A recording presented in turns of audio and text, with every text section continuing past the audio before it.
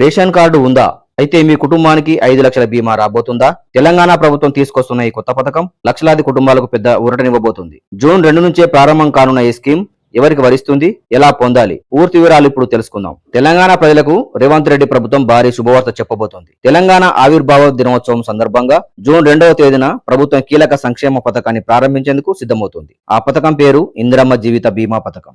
ఈ పథకం ప్రధాన లక్ష్యం ఏంటంటే రాష్ట్రంలోని పేద ప్రజలకు భద్రత కల్పించడం ఈ స్కీమ్ లక్ష్యం. ఈ స్కీమ్ ప్రకారం రేషన్ కార్డు ఉన్న ప్రతి కుటుంబానికి 5 లక్షల బీమా కవరేజ్ ఇవ్వనున్నట్లు సమాచారం. అంటే కుటుంబ యజమాని దురదృష్టవశాత్తు మరణిస్తే ఆ కుటుంబ సభ్యులకు ప్రభుత్వం 5 లక్షల ఆర్థిక సహాయం అందించనుంది. ఇది ముఖ్యంగా పేద మధ్యతరగతి కుటుంబాలకు పెద్ద సహాయం అవుతుంది. ప్రస్తుతం అందుతున్న సమాచారం ప్రకారం తెలంగాణ రాష్ట్ర నివాసులై ఉండాలి, చెల్లుబాటు అయ్యే రేషన్ కార్డు ఉన్నవారు కావాలి, కుటుంబ యజమాని పేరు నమోదై ఉండాలి. అయితే అధికారిక మార్గదర్శకాలు విడుదలైన తర్వాత పూర్తి అర్హత వివరాలు తెలుస్తాయి. ప్రస్తుతం ప్రభుత్వం లాంచ్ డేట్ ప్రకటించే దశలో ఉంది.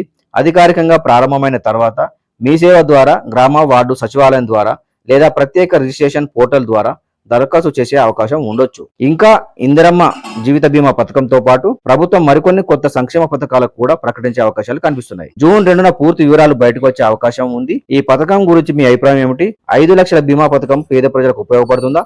మీ అభిప్రాయాన్ని కామెంట్ చేయండి. ఇలాంటి తాజా తెలంగాణ వార్తల కోసం KMG9 న్యూస్ ఛానల్ ను సబ్స్క్రైబ్ చేసుకొని బెల్ ఐకాన్ ప్రెస్ చేయండి.